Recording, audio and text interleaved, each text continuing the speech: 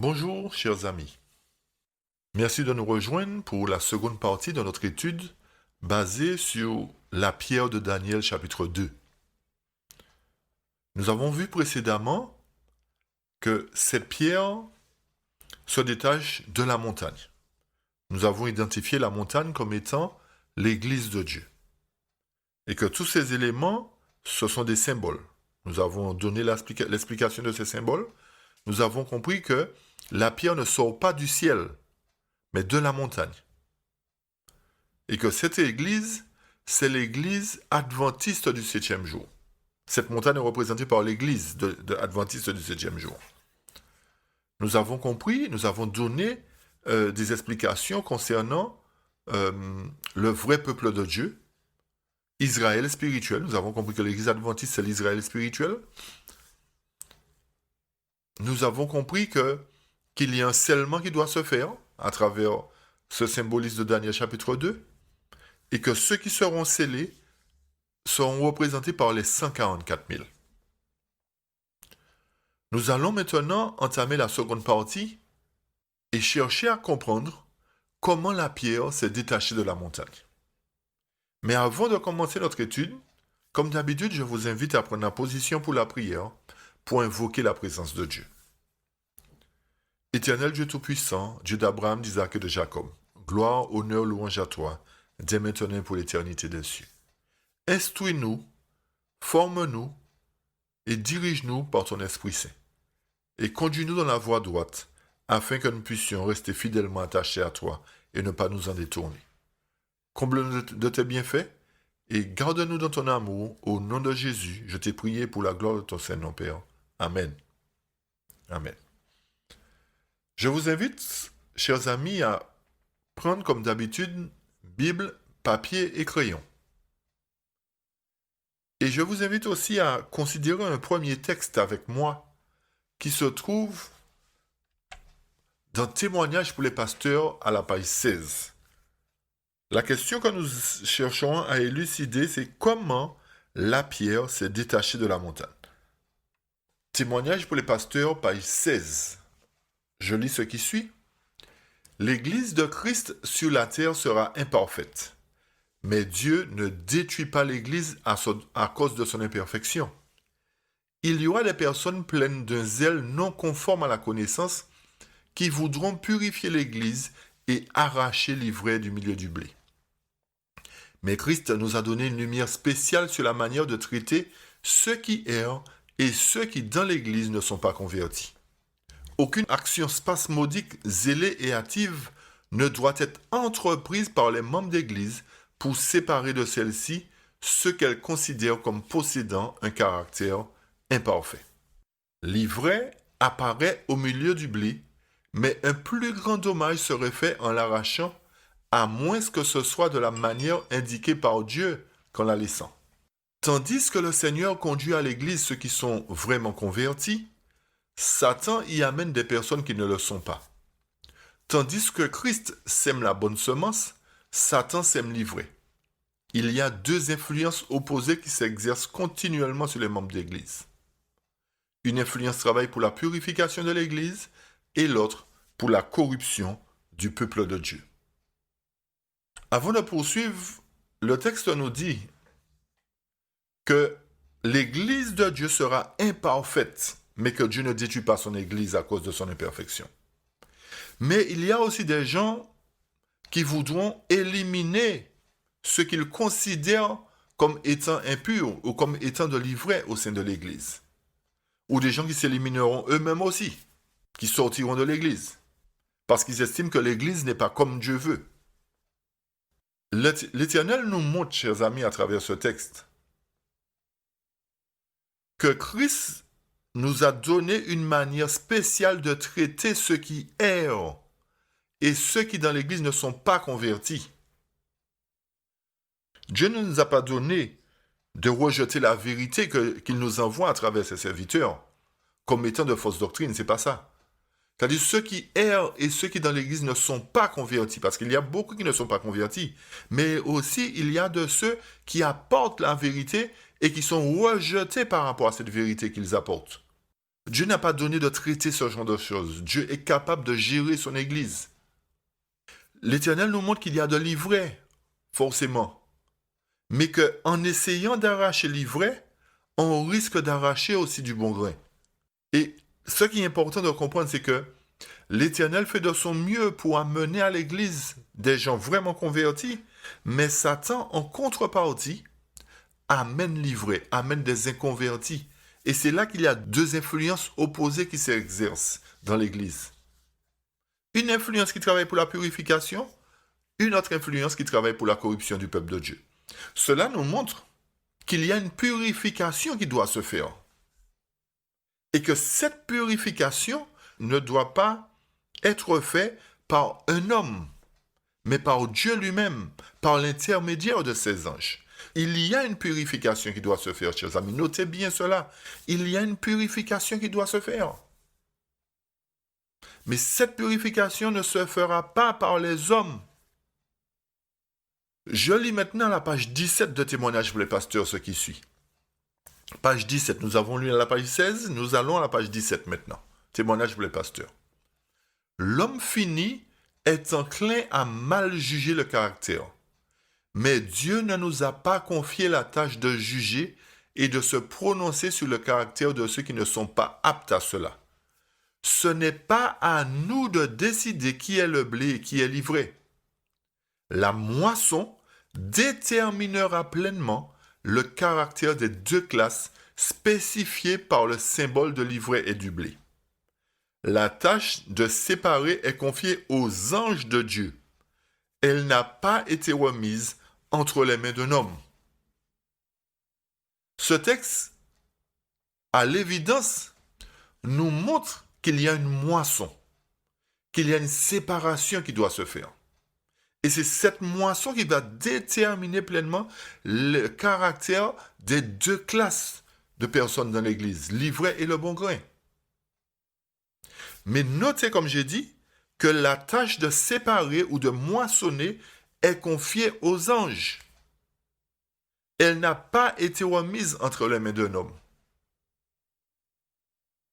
Encore une fois de plus, nous comprenons à travers ce texte qu'il y a une séparation qui doit se faire au sein de l'Église de Dieu. Une moisson, un criblage, un jugement des vivants qui doit se faire au sein de l'Église de Dieu pour mettre en évidence les premiers fruits de ceux qui seront scellés. À travers ces références, la parole inspirée révèle que le blé et l'ivraie se trouvent dans l'Église. Et cela nous révèle comment ils sont amenés. Et la fin du paragraphe nous révèle que ce sont des anges qui accompliront la séparation.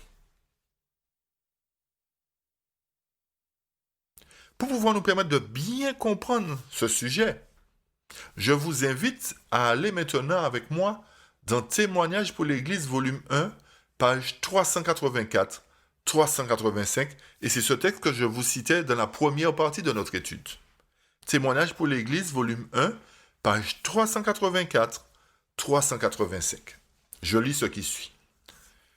Le vrai peuple de Dieu qui a à cœur l'œuvre du Seigneur et le salut des âmes considérera toujours le péché dans sa terrible réalité. Il acceptera toujours que soient fidèlement et clairement révélés les péchés qu'il assaille si facilement. Il aura un sens aigu de ses fautes, tout particulièrement aux dernières heures de l'histoire de l'Église, au moment où sont scellés les 144 000 qui doivent se tenir sans tache devant le trône de Dieu. Cela est tout particulièrement souligné dans la vision du prophète Ézéchiel par les hommes qui avaient chacun leur instrument de destruction à la main. Il y avait au milieu d'eux un homme vêtu de lin qui portait une écritoire à la ceinture. L'Éternel lui dit, « Passe au milieu de la ville, au milieu de Jérusalem, et fais une marque sur le front des hommes qui soupirent et qui gémissent à cause de toutes les abominations qui s'y commettent. » Notez que la dernière œuvre qui doit se faire dans l'Église est le scellement des 144 000. Je reprends, chers amis. La dernière grande œuvre qui doit se faire dans l'Église est le scellement des 144 000. Cette œuvre de scellement des 144 000 est particulièrement soulignée par le prophète Ézéchiel. Et la servante du Seigneur nous dit à travers ce texte que seuls ceux qui soupirent et qui gémissent contre les abominations qui se commettent dans l'Église recevront le sceau. Ce sont seulement ceux-là qui soupirent et qui gémissent qui recevront le sceau. Et l'inspiration nous dit elle-même d'étudier le chapitre 9 d'Ézéchiel. Cela nous montre qu'il y a une importance, chers amis, à considérer l'œuvre du scellement. À comprendre que le scellement va mettre une distinction entre ceux qui servent Dieu et ceux qui ne le servent pas. Et suite à cela, le châtiment tombera à travers les anges de destruction que l'Éternel enverra pour séparer l'ivraie du bon grain, pour séparer les méchants des justes. Il nous faut vraiment, chers amis, considérer cette dernière œuvre qui doit se faire dans l'Église. Le jugement des vivants. Nous lisons pour pouvoir comprendre ce que nous disons, le chapitre 9 d'Ézéchiel, puisque la servante du Seigneur nous recommande de lire ce chapitre. Nous le lisons maintenant, Ézéchiel chapitre 9, à partir du verset 1. Puis, il cria d'une voix forte à mes oreilles, « Approchez-vous qui deviez châtier la ville, chacun son instrument de destruction à la main. » Et voici 6 hommes arrivèrent par le chemin de la porte supérieure du côté du septentrion, chacun son instrument de destruction à la main. Il y avait au milieu d'eux un homme vêtu de lin et portant une écritoire à la ceinture. Ils vinrent se placer près de l'autel d'airain. La gloire du Dieu d'Israël s'éleva du chérubin sur lequel elle était et se dirigea vers le seuil de la maison. Et il appela l'homme vêtu de lin et portant une écritoire à la ceinture. L'Éternel lui dit, « Passe au milieu de la ville, au milieu de Jérusalem, et fais une marque sur le front des hommes qui soupirent et qui gémissent à cause de toutes les abominations qui s'y commettent. » Et à mes oreilles, il dit aux autres, « Passez après lui dans la ville et frappez. Que votre œil soit sans pitié et n'ayez point de miséricorde.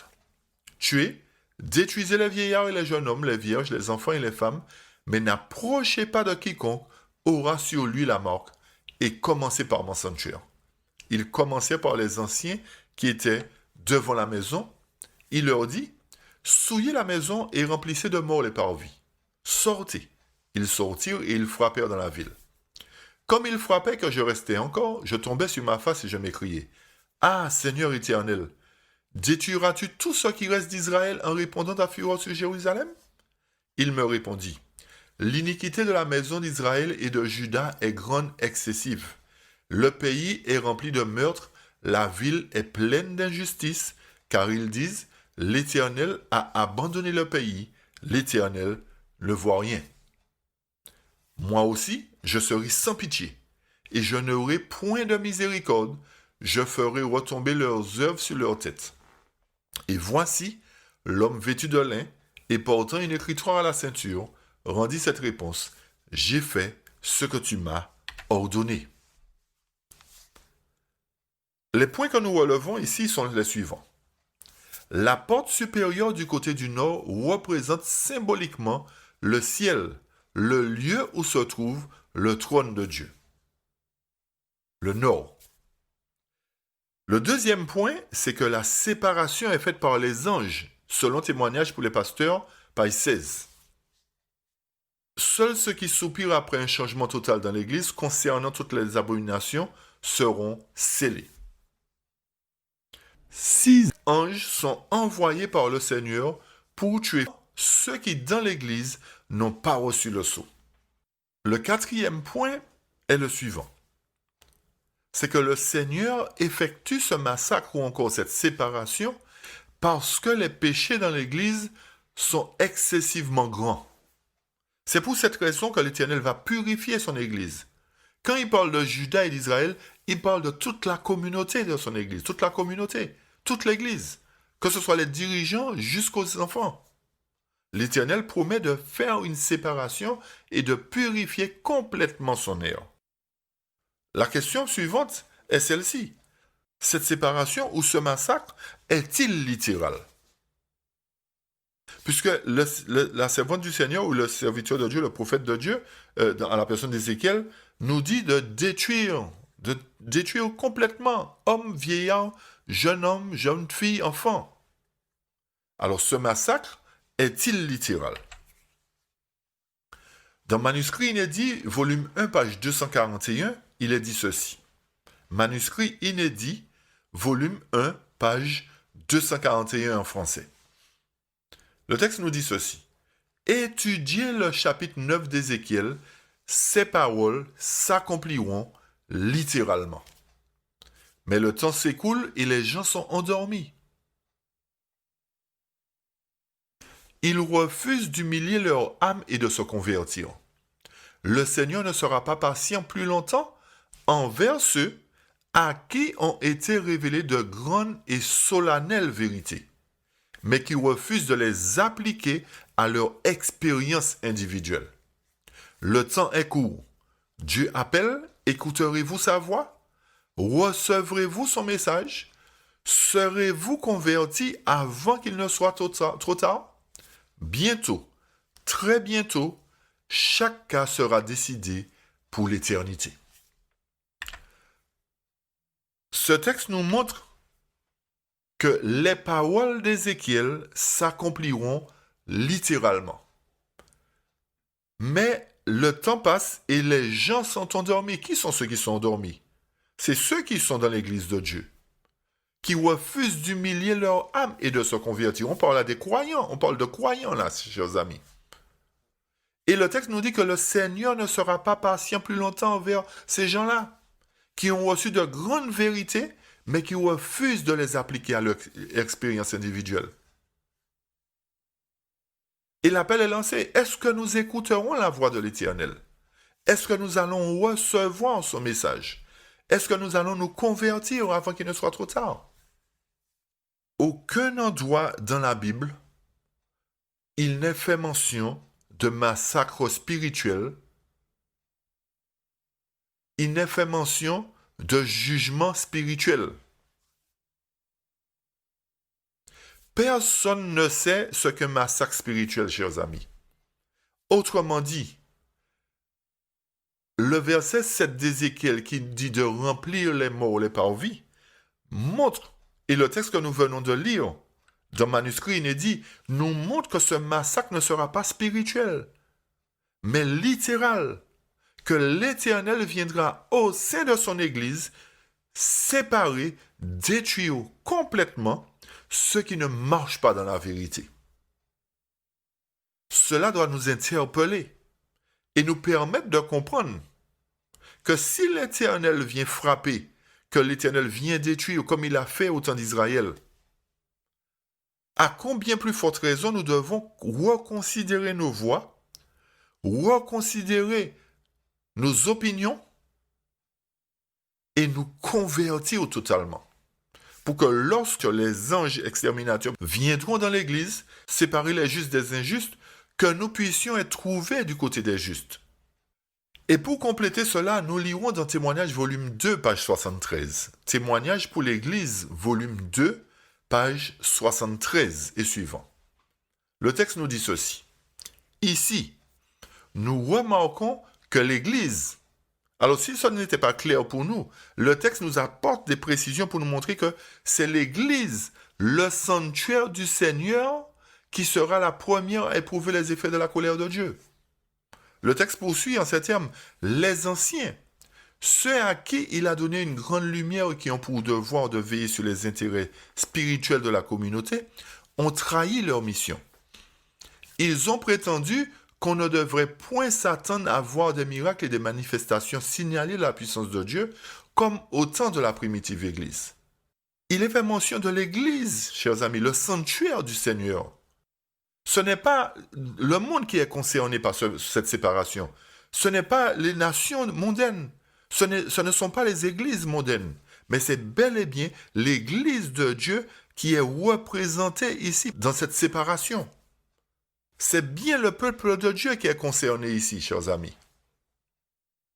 Et l'Éternel viendra juger son Église avant son retour. Je précise bien, l'Éternel viendra opérer cette séparation avant son retour en gloire. Je poursuis à la page 73 et 74 du même chapitre, Témoignage pour l'Église, volume 2. Les temps ont changé, disent-ils. Ces paroles les fortifient dans leur incrédulité et ils disent, le Seigneur ne fera ni bien ni mal. Il est trop miséricordieux pour répandre ses jugements sur son peuple. Paix et sûreté, tel est le cri que font entendre ceux qui n'élèveront jamais plus la voix comme une trompette pour déclarer au peuple de Dieu ses péchés et à Israël ses iniquités. Ces chiens muets qui ne peuvent aboyer sont ceux sur lesquels fondera la juste vengeance d'un Dieu offensé. Hommes, femmes, jeunes gens, jeunes filles et enfants périront tous ensemble.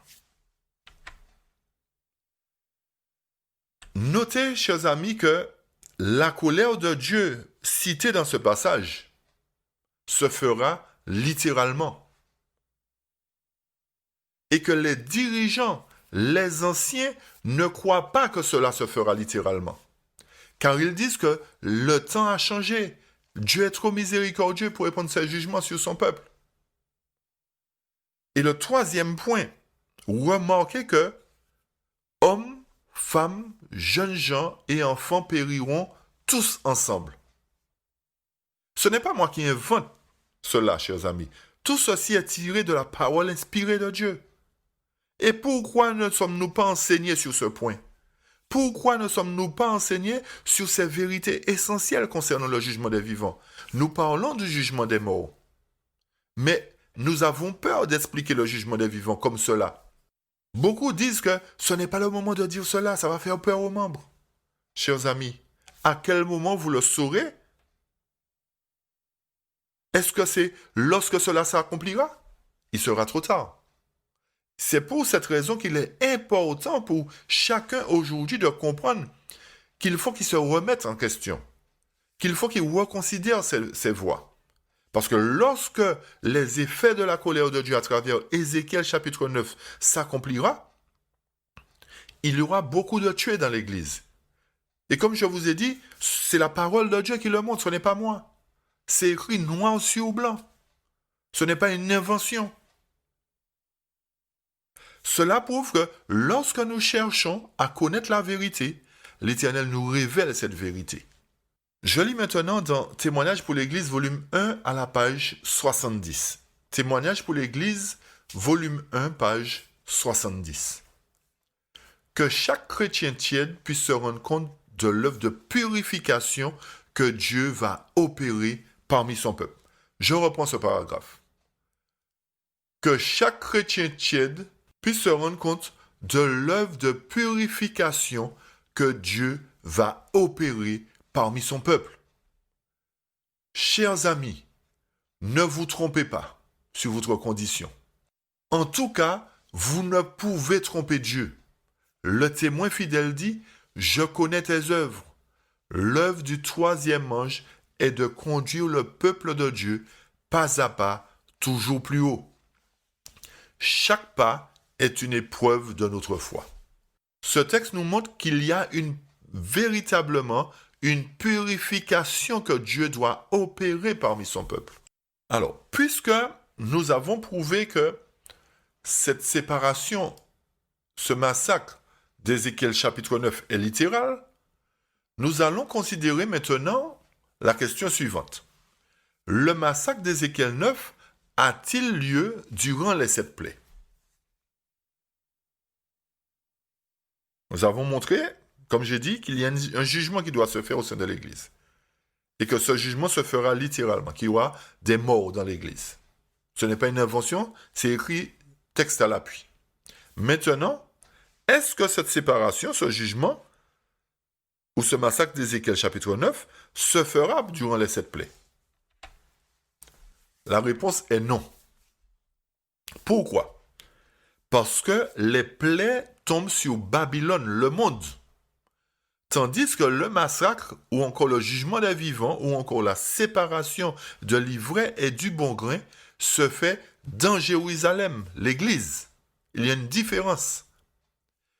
Les plaies sont déversées des coupes par 7 anges, tandis que le massacre est accompli au moyen d'armes, pas par des coupes remplies de fléaux. Mais ce massacre d'Ézéchiel 9 est accompli par 5 anges, pas par les 7, pas par 7. Ce sont 5 anges qui accompliront cette séparation. Cela nous prouve qu'il y a une différence entre les plaies et le jugement des vivants. Il y a une différence énorme.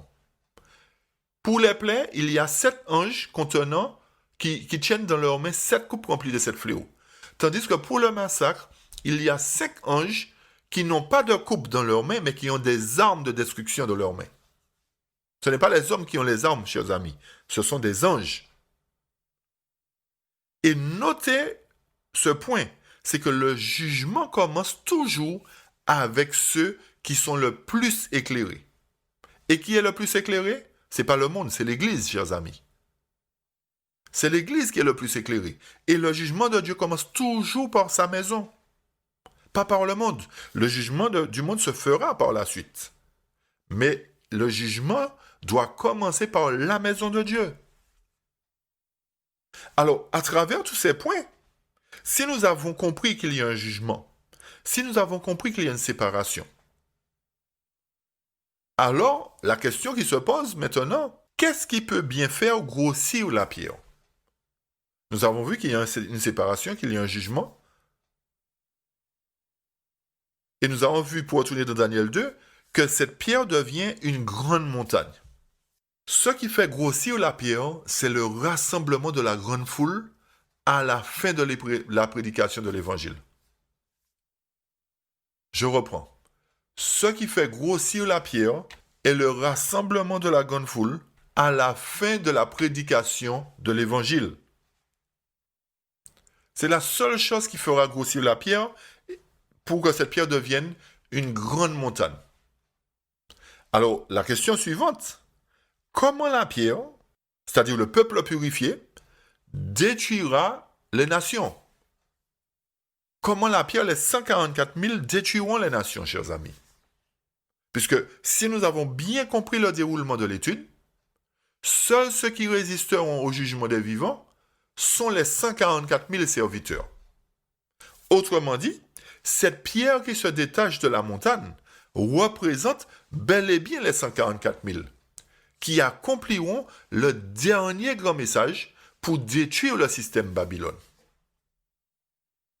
Cette pierre, je dis bien, est représentée par les 144 000 serviteurs de Dieu, les 144 000 saints, les 144 000 justes qui resteront debout après ce massacre qui se fera au sein de l'Église. Comme je dis encore une fois de plus, il n'y aura pas que 144 000 sauvés au sein de l'Église, parce que l'Éternel fera que beaucoup descendront dans la tombe avant le moment fatidique, avant ce jugement des vivants. Il y a beaucoup qui descendront dans la tombe qui seront scellés. Il y a d'autres aussi qui descendront dans la tombe qui ne seront pas scellés. Et nous allons apporter des précisions concernant ces gens-là qui descendent dans la tombe dans l'étude concernant les 4 résurrections. Alors, pour pouvoir répondre à cette question, comment la pierre, les 144 000 détruiront-ils les nations? C'est en achevant l'œuvre de la prédication de l'Évangile chez toute nation, toute tribu, toute langue et tout peuple. Et c'est ce qui amène la fin des gouvernements de la terre. Rappelez-vous que dans notre histoire aujourd'hui, il est fait mention d'un nouvel ordre mondial. Vous pensez que l'Éternel va laisser ce gouvernement mondial opprimer son peuple alors que nous vivons les dernières heures de l'histoire du monde? Non, chers amis. L'Éternel a toujours eu une mission, c'est de sauver le monde. Mais sauver le monde à travers son peuple élu. Alors, même si la marque de la bête doit arriver, même si le gouvernement mondial doit prendre le pouvoir, mais il ne le prendra pas pour longtemps. Parce qu'en contrepartie, l'Éternel va susciter un peuple purifié, un peuple puissant, pour détruire ce système qui voudra opprimer ses enfants. Et c'est pour cela que nous n'avons pas à craindre la loi du dimanche. Nous n'avons pas à craindre ce qui arrive à travers le coronavirus, à travers toutes ces choses. Mais nous avons à craindre plus particulièrement le scellement qui doit se faire au sein de l'Église de Dieu. Et c'est ce qui doit occuper notre attention aujourd'hui, chers frères et sœurs, chers amis. La priorité pour nous, ce n'est pas la loi du dimanche. C'est le scellement, c'est la purification qui doit se faire au sein de l'Église. Parce que notez bien une fois de plus que le peuple de Dieu doit être scellé avant la loi du dimanche. Je répète, le peuple de Dieu doit être scellé avant la loi du dimanche. C'est pour cette raison que nous n'aurons pas à craindre la loi du dimanche. Quand je dis nous n'aurons pas, ça veut dire je souhaite faire partie de ceux qui seront scellés. Je souhaite que vous qui écoutez cette étude puissiez faire partie de ceux qui seront scellés. Parmi les vivants, si vous êtes vivant, ou parmi les morts scellés, si vous devez mourir. Mais que vous soyez scellés, c'est ça l'important. Mais il est préférable pour nous, si la loi du dimanche doit battre son plein, que nous soyons vivants, que nous puissions faire partie des 144 000. Et comme j'ai dit, c'est un sujet que l'ennemi porte une confusion totale dessus pour nous empêcher de voir l'évidence concernant ce peuple-là. Et c'est ce peuple, les 144 000 purifiés, parmi les vivants, dans les dernières heures de l'histoire de l'Église, qui achèveront l'œuvre de la prédication et qui feront tomber Babylone à travers la prédication puissante de l'Évangile. Et Jérémie 51, versets 19 et 20 nous dit ceci. « Celui qui est la part de Jacob n'est pas comme elle, car c'est lui qui a tout formé. Et Israël est la tribu de son héritage. L'Éternel des armées est son nom. Tu as été pour moi un marteau, un instrument de guerre. J'ai brisé par toi des nations, par toi j'ai détruit des royaumes. » L'Éternel nous dit que par Israël, la tribu de son héritage, il a brisé les nations. Il a fait d'Israël un instrument de guerre, un marteau ou encore une pierre qui frappe le système, qui détruit les nations, chers amis. L'Éternel ne laisse pas son peuple dans l'ignorance. Je vous invite maintenant à lire notre passage avec moi dans Témoignages volume 5, page 505. Cette citation est en anglais.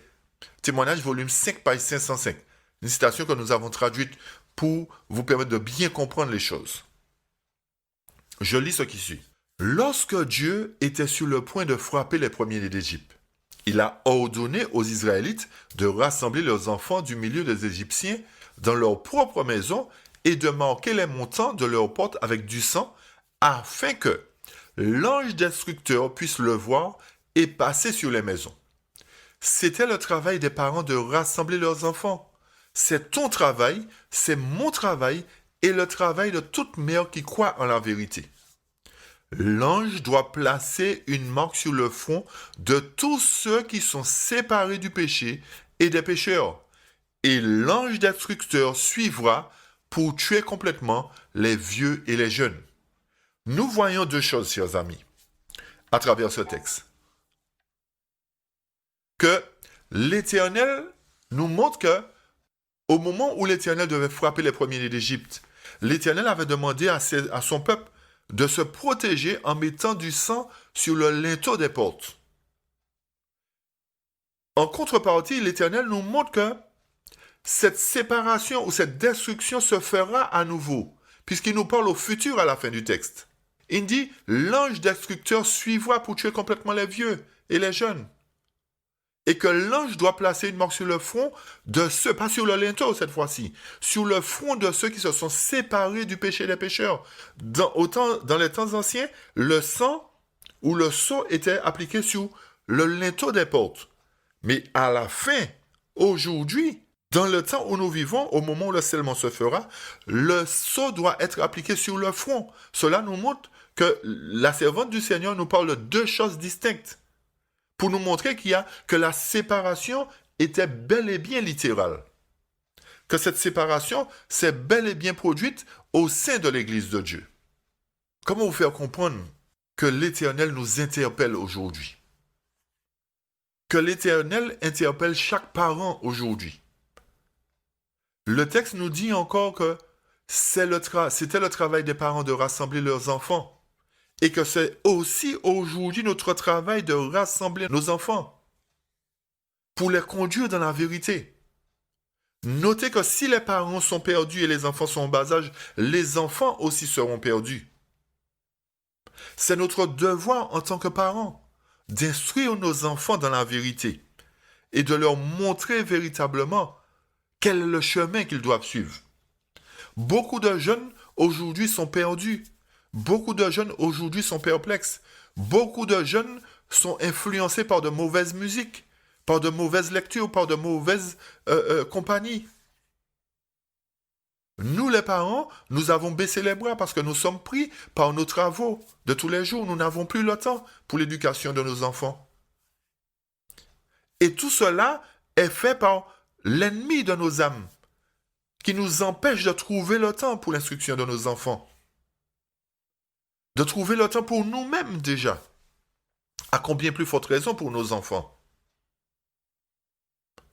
L'ennemi ne veut pas que l'Église soit triomphante.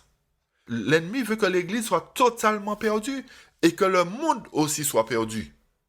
Mais l'Éternel nous interpelle encore une fois de plus. Et à travers l'histoire de Daniel chapitre 2, concernant la pierre, nous voyons encore une fois, chers amis, que cette pierre ne sort pas du ciel, que cette pierre sort de la montagne. Et le fait de sortir de cette montagne nous montre qu'il y a une séparation qui se fera entre ceux qui acceptent la vérité et ceux qui rejettent la vérité. Et c'est ce qui produira cette séparation, c'est ce criblage, c'est cette séparation d'Ézéchiel chapitre 9 qui mettra en évidence la petite quantité d'élus parmi les vivants dans les dernières heures de l'histoire de l'Église qui restera debout pour annoncer au monde la vérité du sabbat. Et c'est ce qu'indique la pierre qui se détache de la montagne. C'est que le peuple de Dieu, scellé, se détachera de l'Église qui ne veut pas marcher selon les principes de Dieu, qui ne veut pas marcher selon la vérité inspirée. Eh bien, cette Église sera mise de côté, c'est-à-dire tous ceux qui refusent de marcher dans la vérité, qui refusent de se conformer, tous ceux-là seront mis de côté, seront exterminés, et seuls les 144 000 représentés par la pierre accompliront la mission, c'est-à-dire les 144 000, ils accompliront cette mission d'évangéliser le monde avec puissance, et au même moment où ils évangéliseront le monde, ils renverseront le système de Babylone à travers la prédication de la parole de Dieu. Ils renverseront ce système, ils mettront à terre les rois, ils mettront à terre les rois concernant le faux sabbat, et tous ceux qui entendront cette vérité à ce moment-là prendront position pour l'Éternel et viendront, comme Ésaïe chapitre 2 nous l'a dit, viendront à la montagne de la maison de l'Éternel pour entendre sa voix, pour recevoir instruction. Et c'est à ce moment-là, aux dernières heures, pendant le grand cri, pendant la mort de la bête, que cette proclamation se fera. La proclamation n'est pas en train de se faire aujourd'hui. Cette proclamation particulièrement n'est pas en train de se faire aujourd'hui parce que l'Église n'est pas encore séparée. L'Église n'est pas encore scellée. Du moins, les 144 000 ne sont pas encore scellés. Mais à travers tout ce que nous voyons aujourd'hui, tout ce que nous entendons qui est mis en place à travers les gouvernements du monde, nous montre que ce scellement n'est pas loin, que cette séparation n'est pas loin, et que l'Éternel viendra lui-même prendre les choses en main. C'est ce qu'indique la pierre qui se détache sans le secours d'aucune main. Il faut bien comprendre que c'est sans le secours d'aucune main humaine. C'est Dieu lui-même qui viendra prendre les choses en main. L'homme ne sera pas à la tête. C'est Dieu qui dirigera son œuvre, chers amis. C'est ce qui est important pour nous de comprendre aujourd'hui. L'Éternel ne mettra pas les hommes à la tête. Il choisira bien entendu de simples serviteurs, mais c'est lui qui viendra diriger son œuvre. Rappelez-vous de l'étude concernant les trônes dans Ézéchiel chapitre 1. L'Éternel vient sur son trône, exécuter lui-même son jugement dans l'Église. Vous revoyez cette étude concernant les trônes. Revoyez. Et vous verrez que toutes les études s'accordent entre elles. Tous les prophètes s'accordent entre eux pour nous parler véritablement d'un jugement qui va se faire. Et c'est pour cette raison aussi, chers amis, que beaucoup de théologiens, beaucoup de dirigeants n'enseignent pas ces prophéties concernant le jugement. Beaucoup de prophètes en parlent. Ésaïe en parle. Ézéchiel, Michée, Malachie, Zacharie, Osée. Tous ces prophètes parlent de la même chose, présentée sous un angle différent. Tous ces prophètes parlent du jugement qui sera opéré au sein de l'Église de Dieu. C'est pour cette raison que l'ennemi nous empêche de connaître ces vérités. Et nous enseignons souvent les mêmes choses. Nous restons toujours dans Matthieu, Marc, Luc, Jean. Et nous expliquons mal l'Apocalypse. Mais pour pouvoir bien comprendre ce sujet de l'Apocalypse et de Daniel, nous devons consulter les autres prophètes que j'ai cités précédemment. Et c'est à ce moment-là que la vérité nous sera révélée clairement. Pour terminer, nous irons au verset 41 et suivant de Daniel chapitre 2. Le texte nous dit « Et comme tu as vu les pieds et les orteils en partie d'argile de potier et en partie de fer, ce royaume sera divisé, mais il y aura en lui quelque chose de la force du fer, parce que tu as vu le fer mêlé avec l'argile. Et comme les doigts des pieds étaient en partie de fer et en partie d'argile, ce royaume sera en partie fort et en partie fragile. » Verset 43. Tu as vu le fer mêlé avec l'argile, parce qu'ils se mêleront par des alliances humaines, mais ils ne seront point unis l'un à l'autre, de même que le fer ne s'allie point avec l'argile. Et le verset 44 nous dit ceci. Dans le temps de ces rois, le Dieu des cieux suscitera un royaume qui ne sera jamais détruit et qui ne passera point sous la domination d'un autre peuple. Il brisera et anéantira tous ces royaumes-là et lui-même subsistera éternellement. À travers ces versets, nous comprenons que ces orteils, c'est-à-dire ces nations qui existent en ce moment, seront divisées entre elles.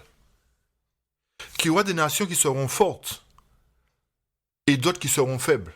Mais le verset qui retient notre attention particulièrement, c'est le verset 44, qui nous dit que dans le temps de ces rois, c'est-à-dire dans le temps des 10 orteils, dans le temps où les rois sont couronnés, selon Apocalypse chapitre 13, rappelez-vous de cette étude, où les 10 cornes ont reçu des couronnes, les 10 cornes sont couronnées.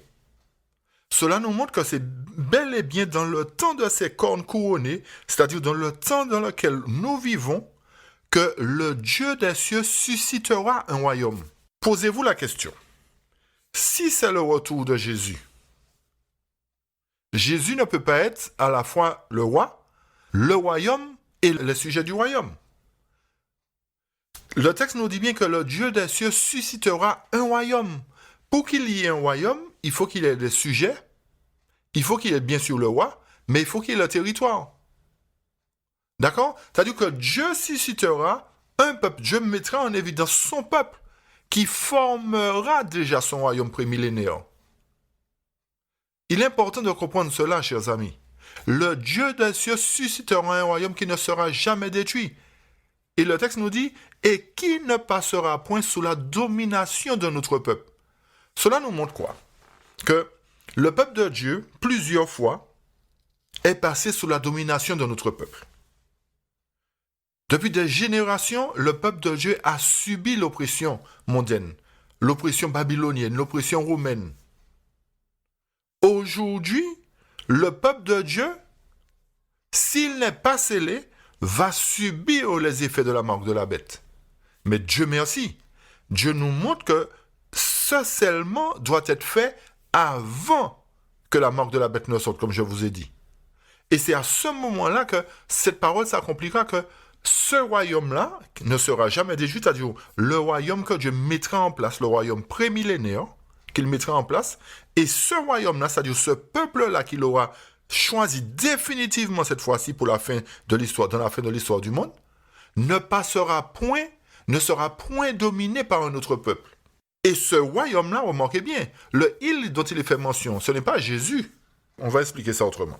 C'est Jésus à travers son peuple. C'est-à-dire ce royaume-là que Dieu va susciter, brisera et anéantira tous ces royaumes mondains.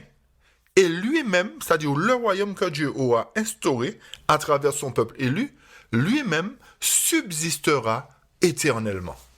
Il faut bien considérer la parole prophétique. Et pour revenir un petit peu juste en arrière, parce que j'ai dit que le verset 44, c'est lui le plus important qui nous intéresse, mais comprenons ce qui est en train de se mettre en place aujourd'hui. Et c'est là que nous voyons la force de faire de certaines nations. Aujourd'hui, avec le coronavirus, le Covid, les nations montrent leur pouvoir de faire. La même méthode de Rome. Si vous ne mangez pas comme on veut, vous allez subir les conséquences. Et c'est ce que nous voyons aujourd'hui à travers ce coronavirus. Les nations obligent les hommes à se soumettre à leur autorité. Et ils ont choisi un virus pour pouvoir soumettre les hommes, habituer les hommes à se soumettre. Et c'est là la force de faire de ces nations-là, les grandes nations. Mais malgré tout cela, remarquez bien que les nations sont divisées entre elles. Ils font des pourparlers, ils parlent de paix entre guillemets, mais il n'y aura pas de paix. Ils vont s'unir, d'après la prophétie, mais cela ne durera pas parce que le Dieu des cieux suscitera un royaume qui ne sera jamais détruit et qui ne passera point sous la domination de notre peuple. Ça veut dire que c'est l'Éternel qui va contrôler son royaume cette fois-ci. Et l'Éternel ne va pas permettre qu'aucun peuple, qu'aucun dirigeant du monde ne vienne dominer son peuple à ce moment-là. Cela nous prouve que nous vivons bel et bien à la fin de l'histoire de ce monde. Et que tout ce qui se passe autour de nous, la mise en place de l'intelligence artificielle, implanter des nanoparticules, des nanotechnologies dans le cerveau. Mais où on va? Vous pensez que Dieu va laisser cela se faire? Chers amis, je crois que si nous ne prenons pas conscience aujourd'hui que Dieu a permis ce coronavirus pour nous interpeller, que Dieu a permis que ce faux virus, on va dire, soit mis en place. Il a permis cela pour nous sensibiliser, pour nous montrer comment le monde va user de stratégies pour nous conduire petit à petit vers ce nouvel ordre mondial. Ils vont nous habituer à nous plier à la loi. Ils sont en train de nous habituer à nous soumettre à l'autorité. Pas à l'autorité divine. Et remarquez bien par rapport à ce qui s'est passé concernant la décapitation de ce professeur. Qu'est-ce qui est mis en place maintenant? Si les parents font des choses qui ne sont pas correctes, ou disent aux enfants des choses qui ne sont pas correctes, c'est les parents qui vont subir les conséquences. Cela nous montre que l'ennemi est en train de détruire la base que Dieu avait mise, l'instruction familiale. C'est vrai qu'il y a des dérives, mais l'ennemi est en train petit à petit de détruire la base concernant la famille. Le pape a dit lui-même qu'il n'est pas contre l'homosexualité, le mariage homosexuel. Un autre point encore, c'est que le gouvernement prévoit de voter une loi spécifiant que tous ceux qui refuseront, s'ils doivent travailler le vendredi soir ou le samedi, tous ceux-là qui refuseront de travailler seront exclus, vont perdre leur travail. Réfléchissons, chers amis. Réfléchissons un instant et dites-moi si vraiment nous ne sommes pas arrivés à la fin. Dites-moi vraiment quelle est notre attitude aujourd'hui, quelle attitude nous devons prendre aujourd'hui. Est-ce que nous devons rester oisifs ou est-ce que nous devons nous préparer en vue de ce scellement qui est presque terminé, chers amis? Je répète, est-ce que nous prenons conscience que nous devons nous préparer parce que le scellement est presque terminé? Et il est important pour nous de considérer le scellement, je vous ai dit. Tout ce que je vous ai dit, vous pouvez le vérifier. Tout ce qui est en train d'être mis en place. Il y a de ceux qui cherchent, je suis certain. Et analysez bien le sens dans lequel nous mène le gouvernement. Analysez bien le sens où nous mènent les gouvernements. Et vous verrez s'ils ne sont pas en train de détruire ce que Dieu avait mis en place. Le système familial est détruit. L'adoration sera détruite. L'école à la maison sera arrêtée. Ils vont arrêter cela. C'est-à-dire qu'on ne pourra plus donner l'instruction à nos enfants convenablement. Le travail va nous prendre tellement de temps que si nous ne nous faisons pas violence, qu'est-ce qui va se passer? On va nous parler de laïcité, de toutes sortes de choses. Je ne suis pas contre la laïcité. D'accord? Mais Dieu aussi doit avoir sa place. Et chacun doit avoir un respect pour son Dieu. Quand je dis respect pour son Dieu, ça ne veut pas dire qu'il y a plusieurs dieux. Mais vous comprenez, chaque religion, les musulmans disent que c'est Mahomet, etc. Mais chacun doit avoir du respect pour la religion d'autrui, c'est ce que je veux dire. Et il est important, chers amis, de prendre position pour l'Éternel. Non en dérespectant la nation. Tant que la nation va dans le sens que Dieu demande, nous respectons la nation. Mais si la nation va dans le sens contraire à ce que Dieu veut, nous devons respecter l'Éternel. Nous ne devons pas faire de violence. Nous ne devons pas, comme certains le font, être des radicaux. Non. L'Éternel ne nous demande pas cela. L'Éternel nous demande d'être pacifique. L'Éternel nous demande d'être calme et de laisser la parole faire son travail. Nous n'avons pas à faire comme certaines personnes qui veulent décapiter d'autres ou qui veulent tuer. Non, ce n'est pas ce que l'Éternel demande. L'Éternel nous demande de présenter la parole telle qu'elle est en Jésus-Christ et de vivre la parole telle qu'elle est en Jésus-Christ. Rien de plus. Respectons Dieu, respectons l'État, mais si l'État ne va pas comme Dieu le veut, respectons Dieu. C'est ce que l'Éternel nous demande. Frères et sœurs, j'espère que cette étude vous a interpellé. Et rappelez-vous une chose, que cela se passera dans le temps de ces rois. Le royaume de Dieu sera établi par la pierre qui se détachera de la montagne sans le secours d'aucune main humaine. Et rappelez-vous que cette séparation consiste à la purification de l'Église, à la séparation de l'ivraie et du bon grain. Puissions-nous faire partie de ce royaume que Dieu établira. Puissions-nous faire partie des 144 000 qui ne passeront point sous la domination de notre peuple, mais qui brisera ce royaume-là, les 144 000, qui brisera et anéantira tous les royaumes, afin que lui-même demeure.